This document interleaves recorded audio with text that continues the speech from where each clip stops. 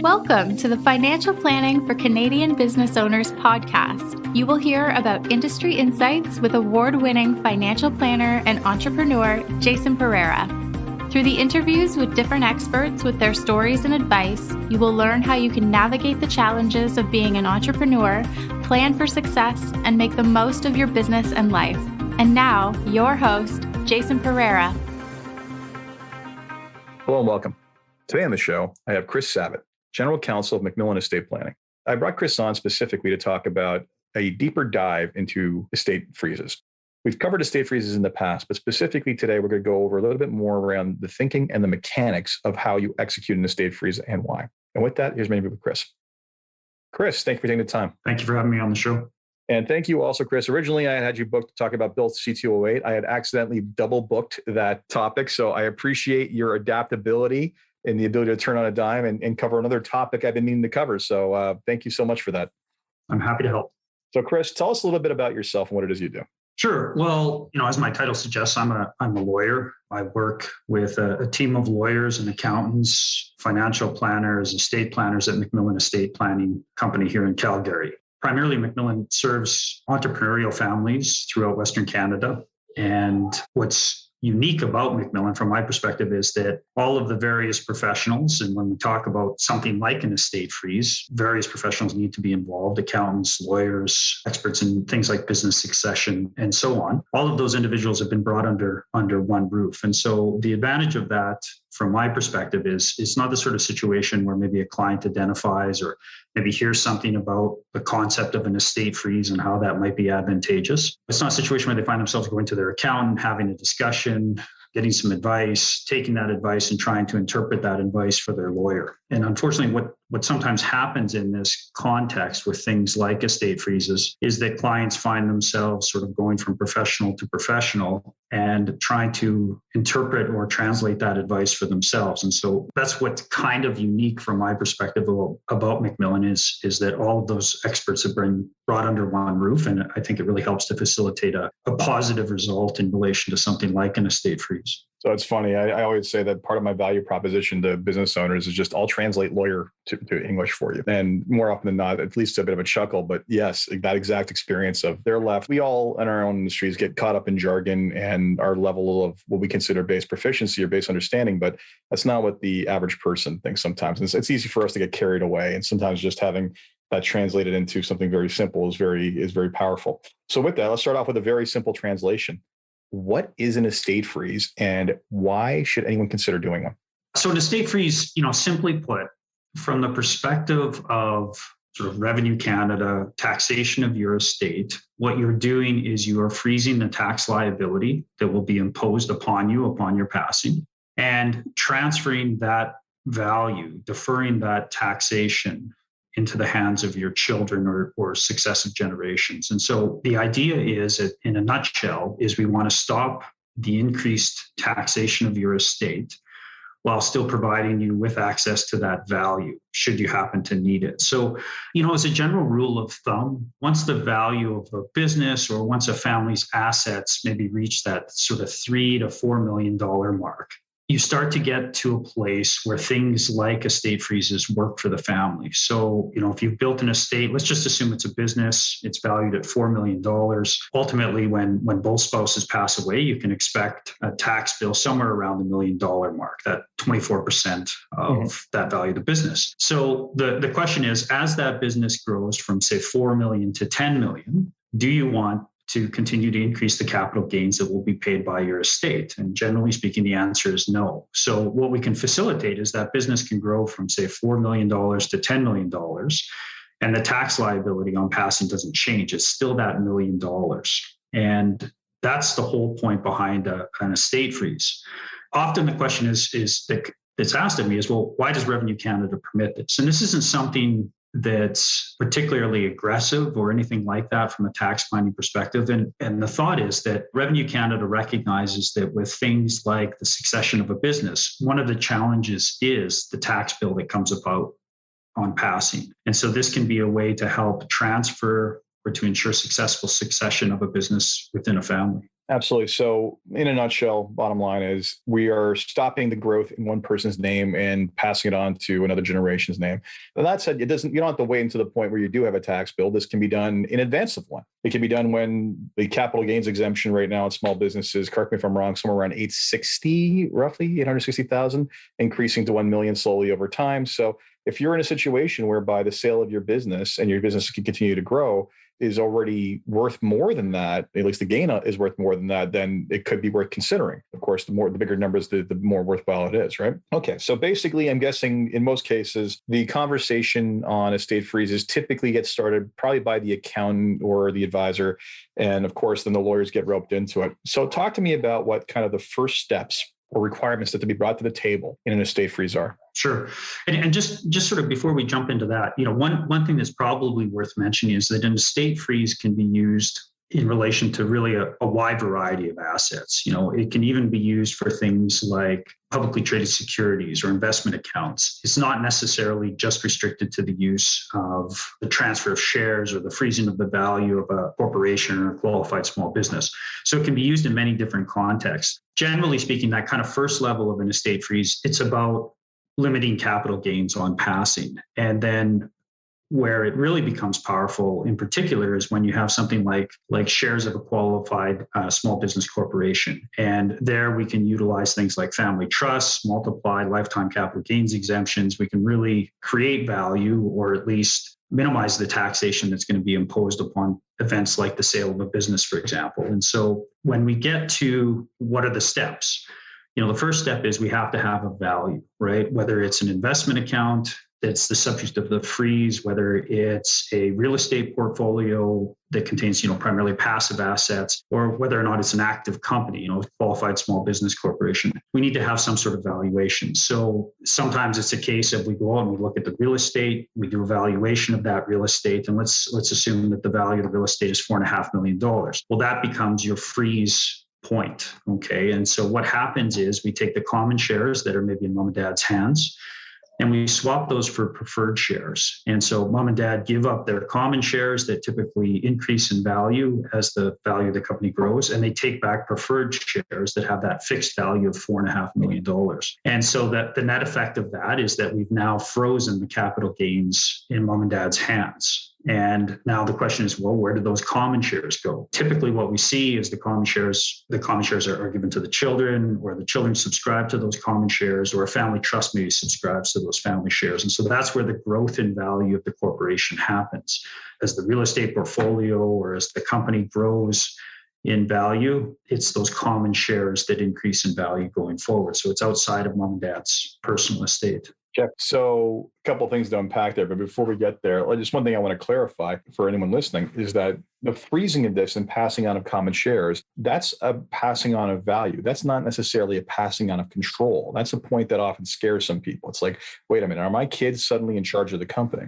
You're absolutely right. And that's an interesting issue and a common concern for most families is this like, look, I've built this, it's mine. I want to have access to the value and I want to be in control. I find generally speaking, entrepreneurial families don't want to give up control. They always want to have some control over the business and its future going forward. So absolutely, this whole exercise can be performed with mom and dad still having control over the organization, over the corporation. Mom and dad can be in control of the family trust if that's the entity that subscribes to the gross shares to the future value. And mom and dad can actually have access to some of that value as well. So maybe initially mom and dad are thinking, hey, look, this $4.5 million of preferred shares that I now hold, plus my other personal assets, that's more than enough for us going forward in the future. And then suddenly there's a change in circumstances. Well, they can actually access some of that value, some of that growth going forward in the corporation. So it's quite appealing from that perspective.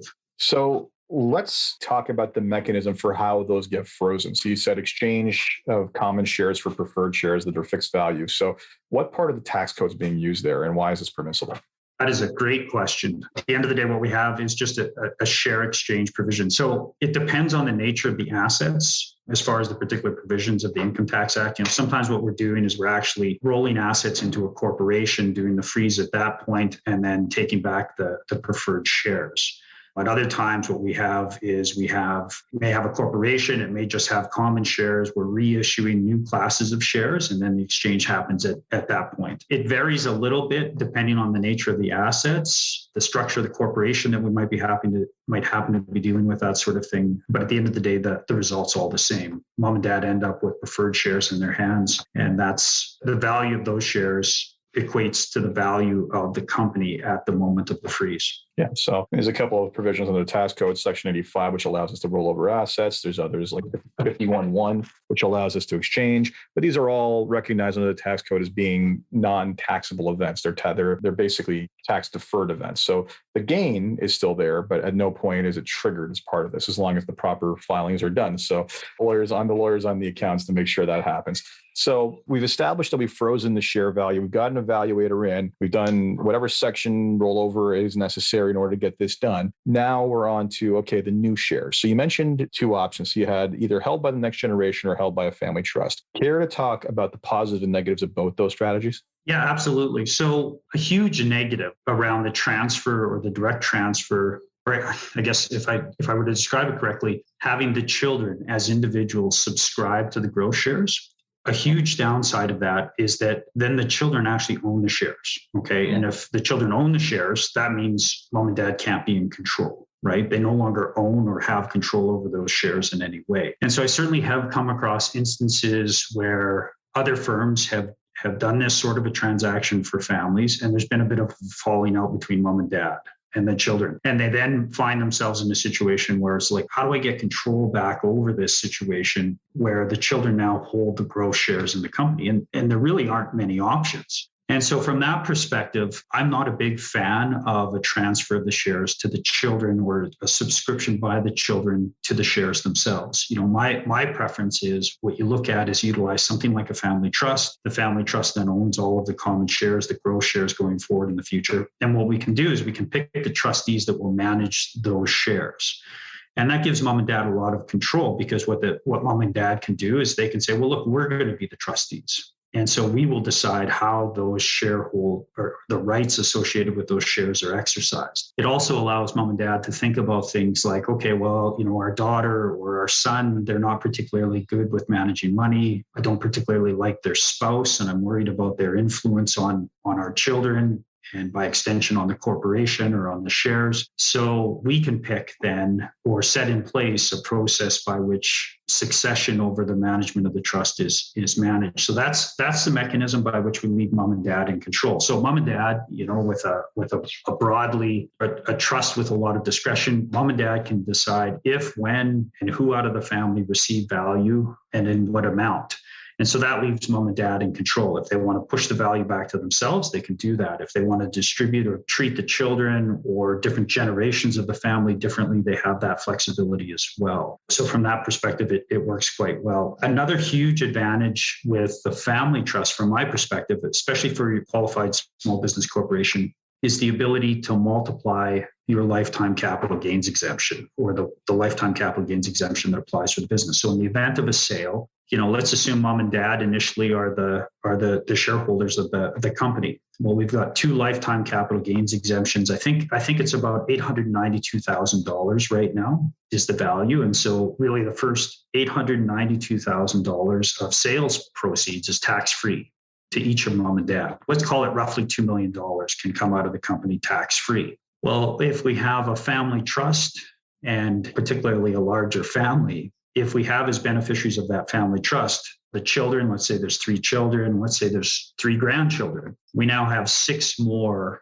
or I guess we have individuals, each of which all have a lifetime capital gains exemption. And so if the value of that business grows from, $4 million to $10 million, it's possible that the vast majority of that value on the sale could actually flow to the family tax-free, because each of those individuals' lifetime capital gains exemptions can be utilized. Now, of course, you have to count to those individuals, but generally speaking, if you ask the question, would you prefer to send the money to the CRA or give it to your grandchild? the answer is pretty obvious. So, that's another Depends example. on the family sometimes. I suppose that's true.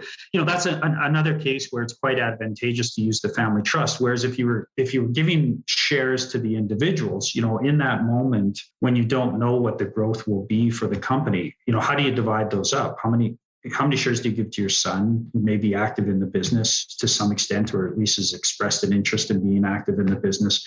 How many shares do you give to your daughter? How many should you give to the grandchildren that are minors that you really haven't had an opportunity to see? Will they be able to manage money? Those sorts of things. So the family trust, I think, is often the preferred method. I would agree. I mean, just the inherent flexibility in it is just far superior to just saying, here it is outright. I mean, there is an increased reporting and accounting burden that comes with it, but a minor one at that. But yeah, I mean, it's better. Having optionality is valuable. So let's talk about what happens when, say, you've established the estate freeze and for whatever reason you want to disown your kids or whatever it might be, and you want to undo the estate freeze. So what's involved with something like that? Yeah, it's actually, first of all, it's quite common and it's actually relatively easy. Now, when you receive your accountant's bill or your lawyer's bill, you maybe won't think it was all that easy, but practically speaking, it is quite simple. So one reason that the unwinding of the estate freeze comes about is because, as I'm sure you're aware, all trusts, or at least, I shouldn't say all trusts, the vast majority of trusts have a 21-year deemed disposition. So we do the estate freeze. We've given the growth value to the family trust, 21 years. In the future, Revenue Canada, in essence, gives you one of two options. You can pay the taxes on the capital gains. The family trust can pay the taxes, or it can roll the shares out to one of the beneficiaries, one or more of the beneficiaries. So it's not uncommon in families to see a freeze done maybe at least a couple of times during their lifetime. And so what often will happen is, mom and dad will hit that 21-year mark. They'll be looking around. They'll be saying, look, I'm not quite ready to give up all the control or to transfer all of the shares into the hands of the children just yet. Let's redo this transaction. Let's redo the freeze and carry forward in that way. So what ends up happening is there's a bump up in the cost of the shares. Often the shares are rolled out to mom and dad. They redo the freeze and the process starts itself again. So that's one way, in a sense, where the freeze is undone. In other cases, for whatever reason, there may just be a decision that we want to undo this freeze. Sometimes it's actually a drop in the value of the business. So as an example, if you did the freeze and the value of the business was $6 million, COVID hits, there's a massive downturn, you could fairly revalue the business at, say, $3 million. What you can do is you can basically undo that freeze, set a new lower benchmark of $3 million for the freeze. And when the value of the business recovers back to the $6 million, you've actually eliminated capital gains on $3 million. So you've increased the value to the family by $750,000. So that's another instance where you're sort of undoing a freeze, or some people call it a refreeze. At the end of the day, really what you're doing is you're transferring the shares to one or more of the beneficiaries. And it's a relatively simple exercise. And there's a fair number of tax filings associated with all of this, but it's very common. And so that's one of the things that's nice about this. When you're thinking about an estate freeze, I always encourage families to think about it this way. Are you willing to bet that the value of your business is going to grow? And of course, nobody runs a business from the perspective of that with the notion that there's just not going to be a return on that hard work and that effort. And so most families say, yeah, I believe this business is going to grow. I believe that our family's net worth is going to grow. And so what they're doing is they're betting that this will work out, the business will work out, and they've found a way to minimize their taxes on their passing. If it turns out that they're wrong, they just unwind the freeze, give the common shares back to themselves, and go on with things as they may happen to be. So relatively straightforward. Yeah, it's a key consideration. I mean, if the parents themselves are beneficiaries on the trust, that's a very easy backdoor to say, well, I'm taking this back. I've had enough of this. So that's pretty straightforward. Now, on death, of course, then the normal estate planning process happens, right? So you would have the portion of the shares that are tax-free under the capital gains exemption, and then potentially a taxable portion. But there's other ways we can deal with a taxable portion throughout life. Can you explain the concept of a wasting freeze to us? Yeah, no, absolutely. It's actually very simple. At a high level, let's assume that the parents took $4 million of preferred shares. That was the value of the business on the freeze. What happens over time is that rather than taking dividends, just taking a straight dividend from the company, which is really the only way to take value from the company, what they're doing is they're selling their shares back to the company.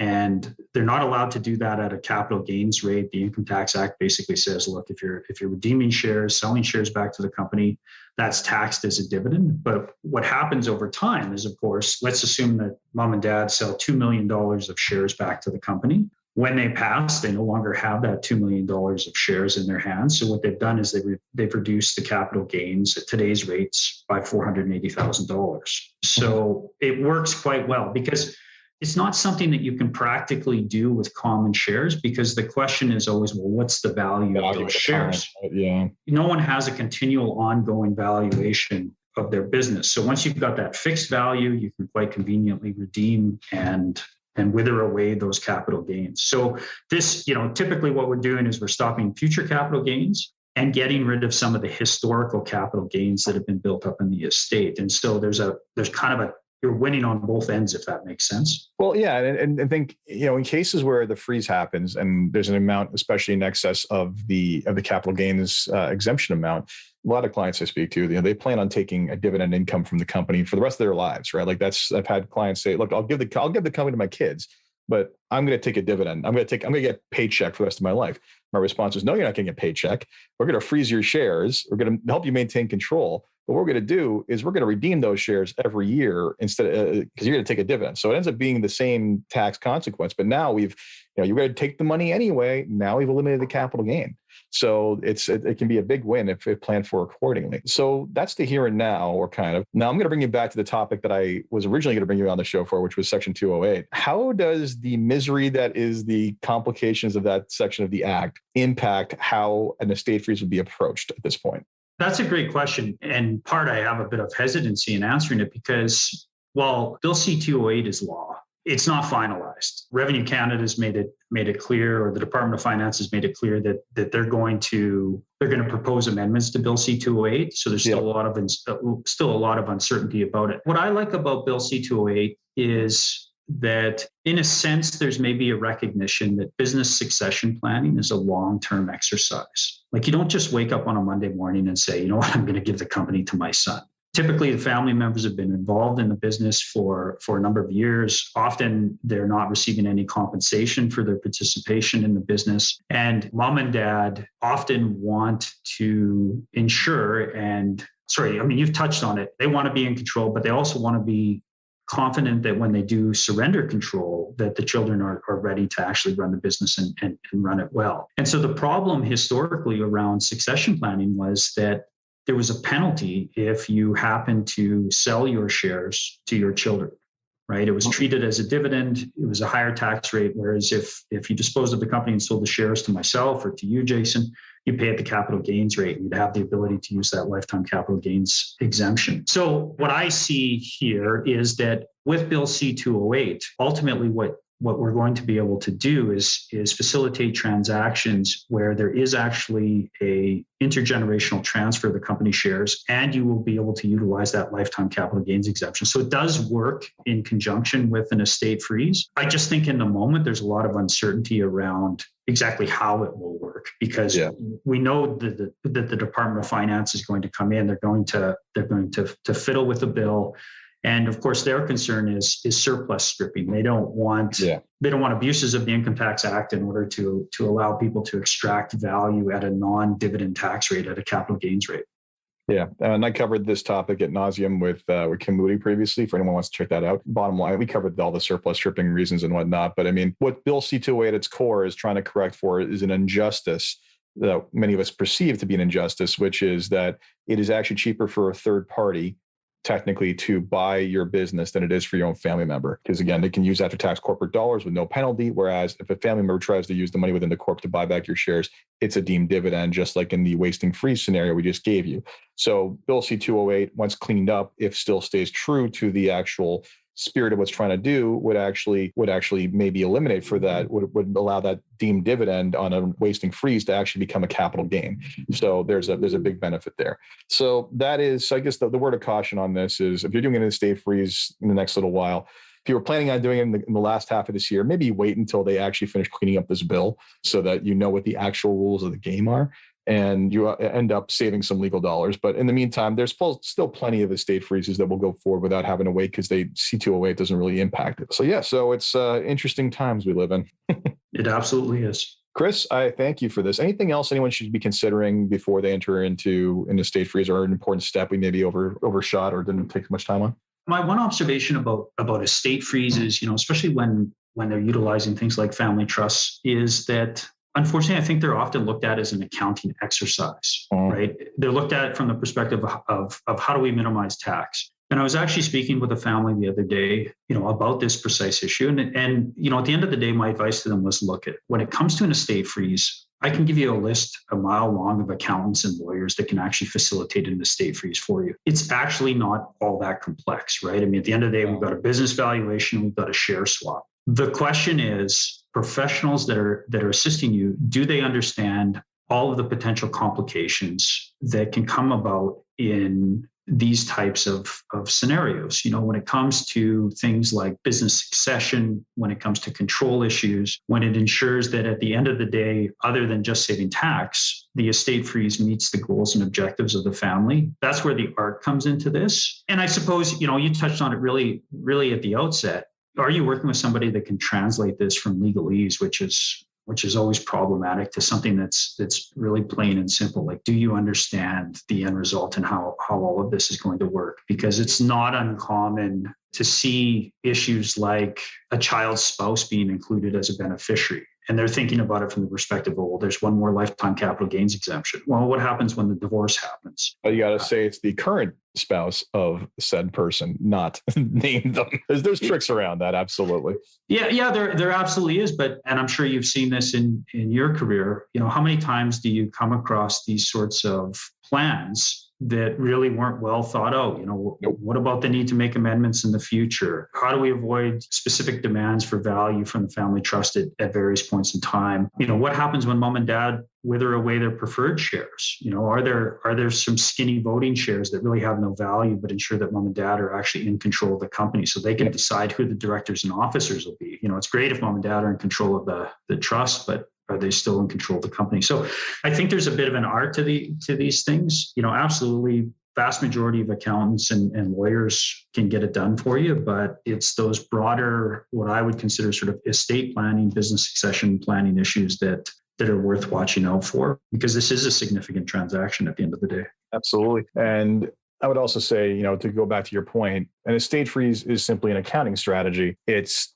not, go back to what you said previously about, this is looked at primarily through the lens of taxation. And of course, that is one of the big upsides of this, but this is not a taxation exercise at its core. This is a financial planning exercise. This is a family dynamics exercise. This is an entrepreneurial succession planning exercise. And it's like anything else. I think too often we confuse the thing that we deliver with the actual process. And the process should be far more encompassing to make sure that, hey, this is a thing we did that is going to be successful because of all these other considerations we took. Not this is a thing we did because, hey, my accountant said I need to do that, so I did it. So let's move on, right? Like it's those kind of, let's not take the time and consideration executions that lead to the real big problems. Yeah, absolutely. So, and then, the other piece too is often, and here I'm thinking about things from the perspective of a lawyer. And what I find is that often the professionals that we engage, they think about things with their particular lens. So, as an example, if you go to your accountant and say, look, I want to do an estate freeze, they're going to say, great idea. Absolutely. Let's lock the government out of future growth. Let's do the withering. Let's eliminate capital gains in the future. But if the client were to say, well, look, my lawyer's also talking about something like a joint spousal trust, the accountant's typically going to look at it and say, well, look, you're not going to save any taxes. So why would you do that? Whereas the lawyer's thinking about things from the perspective of protecting assets. And so it's, whether you're working with a firm like Macmillan that has brought all these people in-house, or you're working with sort of your own trusted advisors. And generally speaking, I would encourage that, right? You want your accountant that you've worked with historically and that you plan to work with in the future to be involved in the process, because they need to understand what's happening and why. They're going to have to look after your filings. They're going to have to keep the plan on track. But you need to identify other professionals that have a complementary skill set so that you understand all of the options, things like maybe moving your preferred shares into a joint spousal trust to help protect that value from other risks, those sorts of things. So there is a team that needs to be brought to bear here. Excellent. Chris, thank you very much for taking the time to go through all this. Where can people find you? Well, obviously they can find us on the web, MacMillanEstatePlanning.com, and our main office is here in Calgary, but we do operate throughout Canada. So any questions, we're always happy to set up a complimentary consultation with the prospective family. Excellent. Thank you very much. And thank you for taking the time to join us yet again for Financial Planning for Canadian Business Owners. I hope you enjoyed this more of a kind of deep dive into the steps of estate freezes and took something away from this. And that something should always be get the right advice. You can pay for legal advice or you can pay for good legal advice. And there's a very big difference between the two. As always, if you enjoyed this podcast, please leave a review on Apple Podcasts, Stitcher, Spotify, wherever you get your podcast. Until next time, take care. This podcast was brought to you by Woodgate Financial, an award-winning financial planning firm catering to high net worth individuals, business owners, and their families. To learn more, go to woodgate.com. You can subscribe to this podcast on Apple Podcast, Stitcher, Google Play, and Spotify, or find more episodes at jasonpereira.ca. You can even ask Siri, Alexa, or Google Home to subscribe for you.